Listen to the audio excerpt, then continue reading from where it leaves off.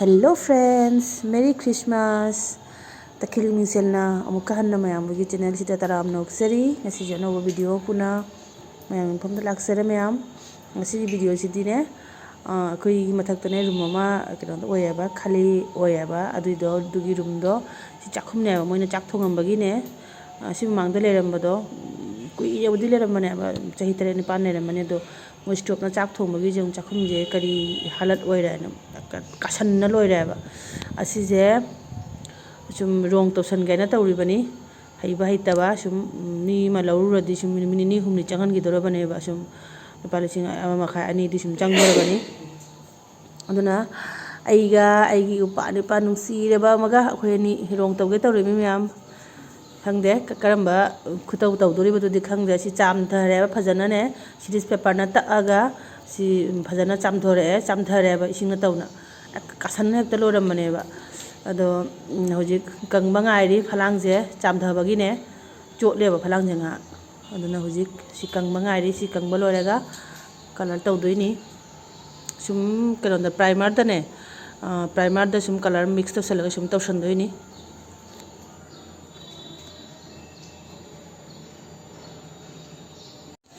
si jemu akoi YouTube ki channel khara di khangam gani koi bu jamna support to biba live te kai da support to biba upani myam koi khama channel khara di mistry ga loi phelo ide kanano ai do yeng se hai ro se kanano haina thaka di kaun mata no pejira hoi du ma pana pan do pana di du na tene du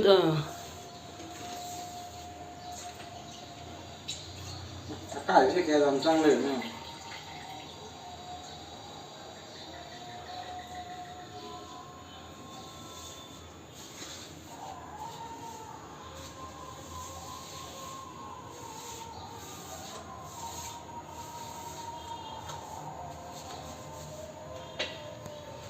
hoi rolara ma ga lei rong te ne be du pura ki yang ko adu di wall te ne ni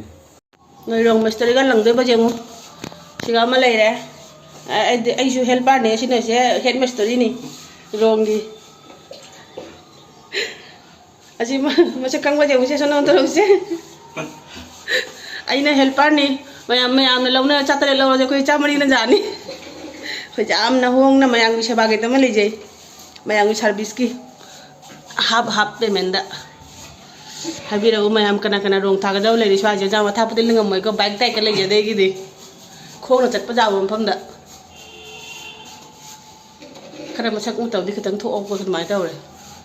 kan ai do to ni ka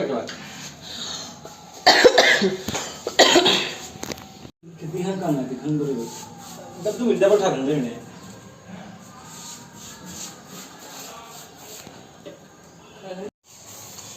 expert ni na khoi rong khutai he je ngwa ba kata khai bi ni myam taw si je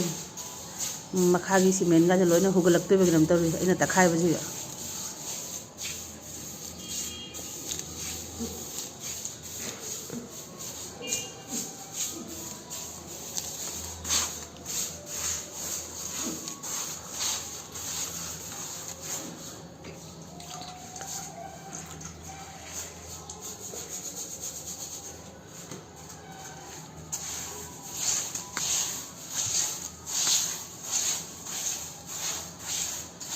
mi còn những lúc quay na thì có tàu nó đi thì cái nó cái nó mất gì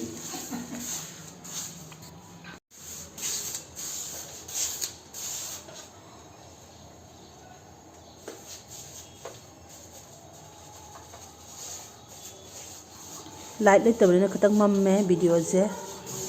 asi kasat na le bari na ne kano je chakhum je rong je thara ju kan taw dre ba phuti dare ba ani ra khan mana ngani coating je loi re ngasi di swa hi di ani ra khan nang hang da ja roi sona kan di lang ja ra som di hani ra khan da ju ja ra ni atai wat pa je asi di kang di mina ja ro heng kamu kot amaga tharap taw na laga ja re ma'am I video जो Matang lotion जरगे हयें ꯊꯕꯛꯁꯤꯗꯤ ꯍꯌꯦꯡ ꯂꯣꯏꯁꯟ ꯇꯥꯔꯦ ꯁꯤꯗ ꯊꯝꯃꯝꯃꯒꯦ ꯄꯣꯠ ꯆꯩꯁꯤꯡꯁꯦ ꯂꯣꯏꯅ